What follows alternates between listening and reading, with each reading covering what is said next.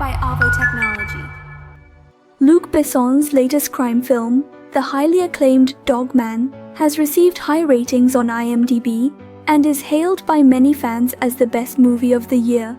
The film narrates the tragic coming-of-age story of the protagonist, Doug, and his self-transformation at different stages of life through dialogues. Doug grew up under the shadow of his abusive father, witnessing his mother being beaten daily. His only crime was secretly feeding the dogs, which led to a brutal beating from his brother, followed by confinement in a cage.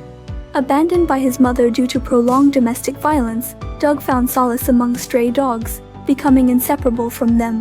His brother blamed him for their mother's departure and branded him Dogman, a phrase later seen on a banner as, "In the name of God."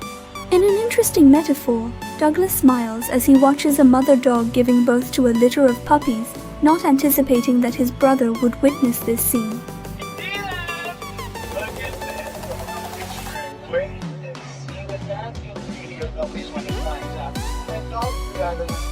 His brother maliciously informs their father, despite Doug's efforts to stop him. An enraged father shoots and shatters Doug's fingers, with a bullet embedding in his spine. In his last moments, Doug hands his damaged fingers to a puppy in the dog pack, teaching it to find the police through a magazine. Surprisingly, the dog comprehends Doug's words, navigates through the broken iron fence, searches the streets tirelessly, and finally locates a patrolling police car across the street.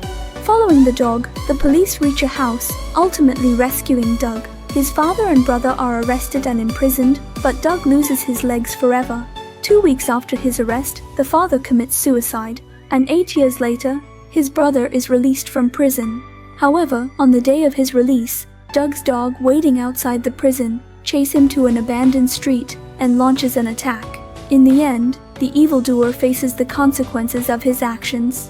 After being rescued, Doug is sent to a welfare institution, where he encounters the only woman he has ever loved in his life. Salma, a social worker who loves Shakespeare, introduces Douglas to the world of Shakespeare. She teaches the disabled Douglas how to apply makeup, fostering his love for drama and encouraging him to choose the life he desires. Despite being in a wheelchair, Douglas becomes a giant on the stage of the welfare institution, and Salma becomes the first ray of light in his life. However, Douglas's light is always quickly taken away. Salma leaves the welfare institution to join a theater troupe, and Douglas continues to follow her movements, collecting photos of her performances and creating a thick scrapbook. Years later, Salma becomes a Broadway star, and Douglas, sitting in the audience, applauds enthusiastically. With courage, Douglas goes backstage to reunite with her, presenting the handmade scrapbook. Salma is deeply moved and gives him a kiss. However, their happiness is short-lived when Salma's husband suddenly appears, revealing that they have been married for 2 years, and she is pregnant. Douglas, expressionless on the outside, is heartbroken on the inside. He returns to the animal shelter and never disturbs the only woman he ever loved again. Internally tormented, Douglas continuously beats his legs, struggling to stand up, even moving the puppies in the cage. However, his efforts are short-lived, and he can only helplessly hit the iron fence to vent his anger. Cutting his long hair, Douglas prepares to start a new life, but the next day, he learns that the shelter is closing. Consequently, Douglas finds an abandoned factory building to make a fresh start. Here, Douglas recounts his experiences and Shakespeare to the dogs, creating a deep connection with them. The dogs seem to understand everything Douglas says, fostering a unique understanding between them. To support his furry companions financially, the disabled Douglas, in his wheelchair, goes seeking employment, but faces rejection everywhere. Society does not seem to need a young man paralyzed from the waist down, until he opens the door to a theater and sees a group of drag queens standing on stage. He finally envisions a career of his own. For the first time, he applies makeup to look like a woman, discarding the apparatus on his legs. Standing on stage for just 3 minutes, he sings a famous French song, Les larmes de ma mère, moving the entire audience. On stage, he can briefly play the role of a female star, using those 3 minutes to temporarily shield himself from the reality of being a marginalized individual in society.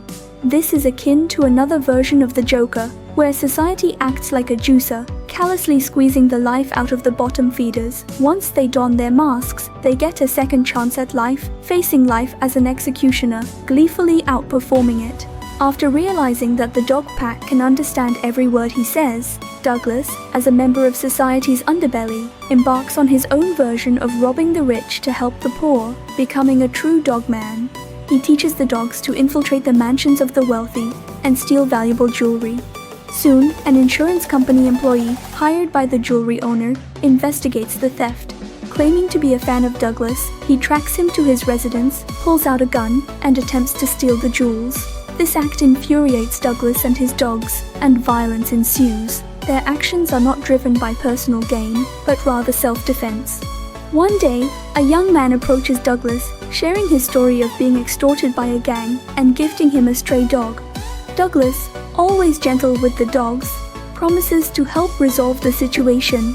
The next day, Douglas, disguised as a woman, nods to signal the small dog to start its operation.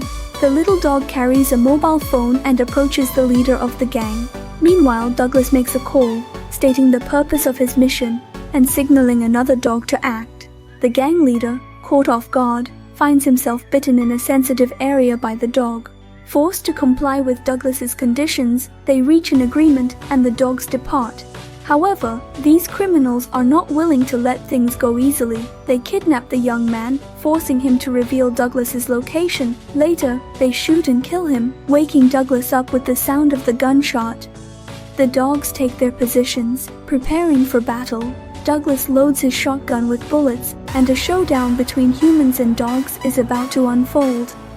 Outside, a gang member peeks to check the situation, but the large dog has been waiting for this moment. Another dog skillfully opens a trap with its mouth. The dogs coordinate seamlessly, luring one person into a corner. Little do they know that Douglas has been waiting in the next room.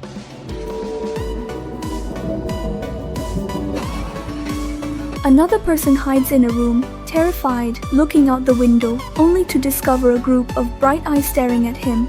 The dogs, eager and hungry, catch the person in a trap. And Douglas arrives at another trap, shooting and killing the 2 individuals who fell into it. Seeing his henchmen suffering heavy losses, the gang leader hastily calls for reinforcements. Subsequently, both sides engage in a fierce gunfight. Douglas takes the initiative, and after the battle, he wearily returns to the room. At this moment, the gang leader also locates the place. However, when about to open fire, he realizes he is out of bullets. This time, fortune finally favors Douglas. Douglas raises his glass, signaling the dogs in the room to attack the enemy, tearing him apart. Douglas watches silently and then drinks the remaining liquor, declaring the victory he and the dogs have won. Douglas admits to the authorities his involvement in theft and murder. He willingly accepts the judgment. People with shared pain have a common language, that's why Douglas is willing to open up to a stranger. On the last day, the stray dogs assemble from every corner of the city. Like the arrival of the Archangel Gabriel, they come to the police station, steal the keys, open the prison door for Douglas. This time, he is wearing a suit, no longer hiding behind female disguises, and he discards the wheelchair and prosthetics. Step by step, he walks towards the church and towards death. He collapses under the reflection of the crucifix, surrounded by the entire city's dogs. In this moment, he becomes the dog's messiah. Death is his final transcendence. Powered by Avo Technology.